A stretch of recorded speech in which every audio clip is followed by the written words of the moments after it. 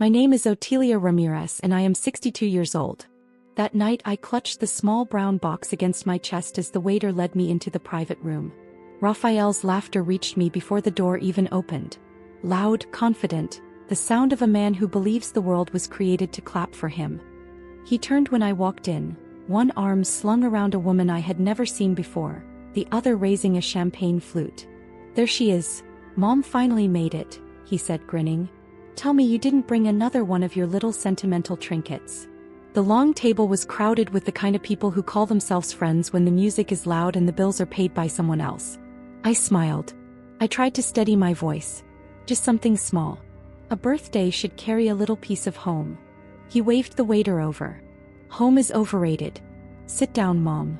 We had just talked that morning about his new client list. Big numbers this quarter. I sat and listened without really hearing.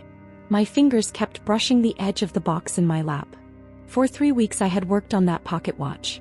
I polished the case, replaced the cracked crystal, and had the back engraved in tiny letters. "For the days you still remember me." It had belonged to his father. I wanted him to carry a fragment of who we used to be, before money became the only language he spoke for love. When dessert arrived, I slid the box across the table.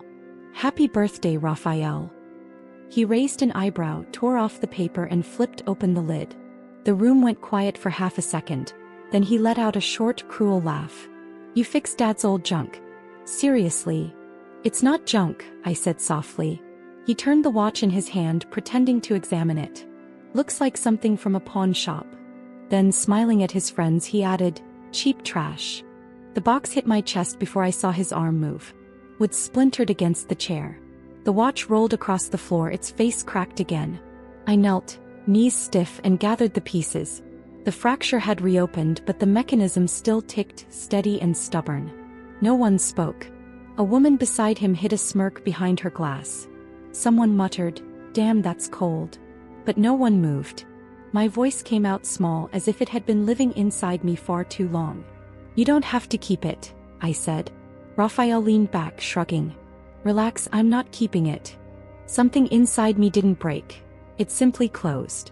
A quiet, final click of a door. I stood, cradling the broken watch in my palm. "Enjoy everything I ever gave you, Raphael," I said, looking straight at him. "Because very soon it all ends." He smirked, thinking I meant the cake, the night, the attention. Maybe that made it easier to turn and walk away. Outside, the night air was thick with river smell. I walked slowly to the parking lot, the broken watch pressed to my heart, feeling its weight like a heart that had finally stopped racing. By the time I reached the car, I already knew exactly what I had to do. The morning after the dinner, I sat at the kitchen table with the broken watch beside my coffee cup. The face was shattered again, just like before I fixed it. Maybe that was fair. When Raphael was 15, he cried the first time he saw that watch. His father had just died, and he clung to me in the hospital hallway whispering, "Now I'll take care of you, Mom." I believed him. I wanted to believe him. He kept that promise until his last year of high school. When the first tuition bill came and the scholarship didn't cover everything, I picked up extra shifts at the library, shelving books until my back screamed. Just one semester, I told myself. One semester became 4 years. After graduation, he wanted to start an advertising agency. He showed up on a Sunday, all charm and certainty. "Mom, it's a sure thing. Just $70,000 to launch. I have projections. All you have to do is co-sign." I hesitated. "That's a lot of money." He smiled the smile that always worked. "You trust me, right?" So I signed. The banker called me brave. I wasn't brave. I was terrified of being the mother who says no. The business took off, and for a while the payments came on time. Then came the excuses. Clients delayed, suppliers messed up. Next month, I swear. Each delay doubled the next until I was covering the balance to protect my own credit. When his car lease was up, he couldn't renew without my name. "Just one more year," he said. That was 4 years ago. Now, staring at the broken watch, I understood. I hadn't helped him. I had taught him that love meant bailout, that no matter how deep he fell, I would always be the floor that caught him. I turned the watch over. The inscription was still there. "For the days you still remember me." I wondered if those days were already gone. By evening, the house felt heavy, waiting for me to speak. I didn't turn on the lights. I knew where everything was. The drawer of overdue bills, the stack of receipts, the folder labeled Raphael. I opened my laptop and logged into the bank. The dashboard glowed pale blue in the dark. Line after line. Apartment rent, health insurance, automatic credit card payments. Every one attached to his name. I clicked the first one. Cancel recurring transfer. Are you sure? Yes, I whispered, though the system didn't need my voice. Then the second. Third. Each click sounded like a slow metronome in the silence. My pulse followed beat for beat. He almost never checked the accounts himself. Everything went to my email. He never noticed because he assumed it was all automatic. Halfway through, my phone buzzed. Hey Ma, thanks again for covering the insurance this month. I'll pay you back soon, promise. I stared at the words, thumb hovering, then turned the phone face down. When I reached the business loan, the one I had paid every month for nearly 2 years so the interest wouldn't destroy my credit, I hesitated. My hand shook. My mouth went dry. The warning flashed red. Non-payment will generate late fees. Let it, I said quietly and clicked. Then the car. The BMW still titled in my name. I opened the digital folder and read the lines I had skipped 4 years ago. Legal owner, Otilia Ramirez. He never realized. He just assumed it was his. I rested my hand on the mouse, breathing slowly, feeling the tremor leave my fingers. I clicked request vehicle repossession. Processing. Ownership verification required. Take your time, I murmured. The confirmation email arrived seconds later. My heart gave one hard thud, then settled. I leaned back in the chair. For the first time in years, no part of my life was tied to his name. The room fell silent except for the soft hum of the laptop. Steady, patient, free. It started with the first call 2 days later. Mom, the rent transfer didn't go through? Raphael's voice sharp, businesslike. Can you check your account? Kept my tone even. It didn't go through because I canceled it. A short, incredulous laugh. You must have clicked something wrong. Fix it. I didn't click anything wrong, I said. You're 33, Raphael. Time to pay your own bills. Silence. Then a scoff. This is ridiculous. You've always helped me. What's wrong with you? Nothing, I answered. That's the point. Nothing is happening anymore. He hung up without saying goodbye. By the weekend there were 4 missed calls and 3 voicemails, each angrier than the last. The 4th came late at night. You think cutting me off teaches me something? You'll regret it when that loan tanks your credit. I didn't answer. I had already forwarded everything to the lawyer who handled my late husband's estate. Years ago he told me, you can't save someone who mistakes help for ownership. Now I understood. The next morning an envelope arrived from the finance company. Vehicle repossession scheduled, pending verification. My signature was still on file. That afternoon Raphael showed up at my door. I hadn't seen him since the restaurant. His eyes were red, voice tight. You reported the car? I stepped aside but didn't invite him in. It was never yours, I said. It's in my name. He blinked like the words didn't fit. You'd rather watch me crash than help me? I looked at him steadily. I already watched you crash with help. For a second the scared boy appeared, lost, small. Then his face hardened. You're unbelievable. He turned, neck veins bulging. You'll regret this. The door slammed so hard the pictures rattled. I waited until the echo died before locking it again. The house felt bare, exposed, but lighter. Through the window I watched him walk down the sidewalk toward the car he still thought was his. By morning it would be gone. And for the first time in decades so would my fear of him. It was past midnight. The street was calm, neighbors asleep. By the time anyone could call the police I already had. Mom opened the door. Raphael's voice thick, furious. I stepped back into the hallway and gripped my phone. Raphael, go home, I said through the door. It's late. The knocks turned to pounding. You think you can erase me? You ruined me. I looked through the peephole. His face flushed, eyes wild, shoulders hunched like a man holding up a roof about to collapse. Go home, I repeated. My voice came out steady. Surprised me. He slammed an open palm against the wood. You took everything. My business, my car, everything. You took everything, I said quietly. He laughed, a raw, hollow sound. You always act like a saint. You're a coward. You never fight. Then his fist crashed through the side window. Glass exploded into the hallway. I flinched and pressed the phone to my ear. 911, what's your emergency? My son is outside my house, I said, calm as if reading a script I wrote years ago. He's drunk. He's breaking in. Is he armed? No, just drunk. Stay inside, ma'am. Officers are on the way. Raphael's voice rose again, hoarse from shouting. You're my mother. You're supposed to help me. I did, I answered through the door. For 30 years. He kicked the step, then the door again. I hate you. A car engine passed, then another. The night seemed to hold its breath. In the silence came deep, ragged, furious sobs that didn't sound like the man he pretended to be. Blue and red lights swept across the garden, leaking through the blinds. Raphael spun, staggering. Sir, step back, a voice shouted. He slurred something I couldn't catch, and the next sound was the metallic snap of handcuffs. I stayed behind the curtain, clutching the phone until the officers walked him down the path. The flashing lights faded as they drove away.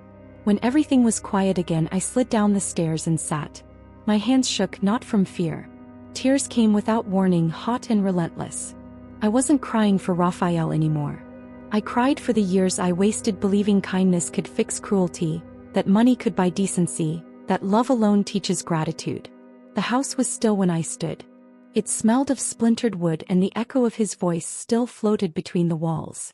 I locked the door again, not from fear but from closure. Then I turned off the light. Morning arrived like a polite stranger, pretending nothing had happened. The porch bulb was shattered where Raphael had punched it, scattering glass across the steps. I swept carefully, the broom bristles whispering over the wood. A thin line of blood welled on my thumb where a shard nicked me. I pressed a napkin to it and watched the red soak in. The phone blinked with missed calls. 2 from neighbors, 1 from Carmen, an old friend who still believes in reconciliations. I let the 4th ring before answering. Otelia, I heard the police came last night, she said, voice laced with concern and curiosity. Yes. It was Raphael. Pause. Then softly, you know he doesn't mean those things. He's just lost. I know, I said. He's been lost a long time. Maybe you could talk to him, find a way back before it's too late. Too late for what? I asked, though I already knew. She sighed. Forgiveness. Maybe, I said. I thanked her, promised to think about it, and hung up. The phone felt heavy in my hand, as if it carried every word I never said. For the first time in years, the screen stayed dark. No withdrawals, no transfers, no alerts. Just silence. I filled the kettle and waited for it to whistle. Too loud, a reminder that I could still choose small, ordinary things. I poured tea, sat by the window, and opened the book that had gathered dust for months. The words came slowly at first, then steady. Between paragraphs, I realized I was no longer listening for footsteps. When I finished the chapter, the tea was cold. I drank it anyway. Months passed before I heard his name again. By then the house had found its rhythm. Quiet mornings, gentle afternoons. Peace now had weight, something you could hold. Carmen called one afternoon while I sorted mail. Otelia, did you see? It's in the paper. Her voice careful, stepping on broken glass. No, they're closing his agency. Debts. Business section. I thanked her and hung up. The envelope in my hand suddenly felt heavier. I opened the newspaper. There was small official letters. Publicidad Brooks SCB dissolved due to insolvency. The words looked cleaner than the reality behind them. I pictured him standing in that empty office I had helped him rent 5 years ago, surrounded by chairs he couldn't sell and promises he couldn't keep. Weeks later, the stories reached me in fragments. He sold his furniture, moved to a rented room on the west side. Someone from the bank called to verify an old cosigner form still in my name. I told them it was closed. One night, paying my own bills online, I saw a public court notice. Rafael Ramirez. Loans in default, outstanding balances exceeding 70,000 pesos. The number didn't hurt. I read every line, like honoring the life we both lost along the way. Carmen called again days later. I heard he's drinking again. I folded the newspaper in half. Maybe that's what the bottom is for, I said. That night I stood at the window watching streetlights flicker against the trees. Somewhere out there he was learning the lesson I had spent a lifetime helping him avoid.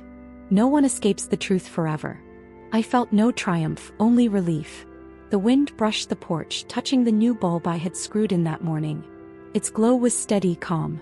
At last, I whispered, life teaches what I couldn't.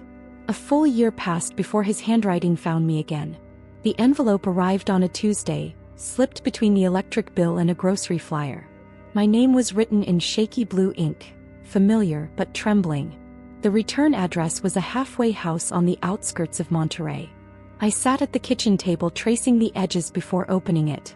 It smelled of cheap ink and cigarette smoke when I unfolded the pages. Mom, it began. I'm sorry for everything. 8 months sober. I work part-time at a print shop. It isn't much, but it's honest. I think every day about that night, how I spoke to you. You didn't deserve it. I read slowly, line by line. There was no anger in the words, no arrogance, just exhaustion. I know you don't owe me anything, but I'd like to see you. Maybe coffee or dinner somewhere quiet. I'm not asking for money, just a chance to make things right. Please. I miss you. I set the letter down and looked at the handwriting that once filled birthday cards and grocery lists. It looked smaller now, as if the man who wrote it had finally met the boy he used to be. For a long time I didn't move. The kitchen clock ticked softly, almost in rhythm with the words still floating in my head. When I finally picked the letter up again, I didn't tear it. I folded it carefully and placed it beside the pocket watch on the table. The same watch I had repaired months ago, its crack now nearly invisible. I hope you've really changed, Raphael, I whispered. But not at my expense again. The afternoon light slid across the table, catching the metal of the watch and the edge of the paper. Both gleamed for a moment before the shadows returned. Then I stood, walked to the window and pulled the curtain halfway open. I moved that spring, just a few kilometers south, closer to the Rio Bravo, where the air carries a hint of salt and pine. The new house was smaller, simpler, easier to keep clean. It felt like living inside a long, slow exhale. The movers left at noon. By evening I was sitting on the porch steps with a box of fresh bulbs beside me. I screwed one into the old brass lantern by the door and flipped the switch. It flickered once, then settled into a warm, quiet glow against the blue dusk. A week later my new neighbor walked by with her dog and a curious smile. You leave that light on every night, she said. It's not a welcome light, I replied, shaking my head. She tilted her head. Then it's a reminder. That I finally made it home, I said. She nodded slowly, understanding more than she let on. We talked for a while about the weather, the river birds, the frogs after dark. When she left, I stayed leaning against the railing, watching the light reflect in the glass door. Inside, the pocket watch sat on the kitchen table, ticking softly.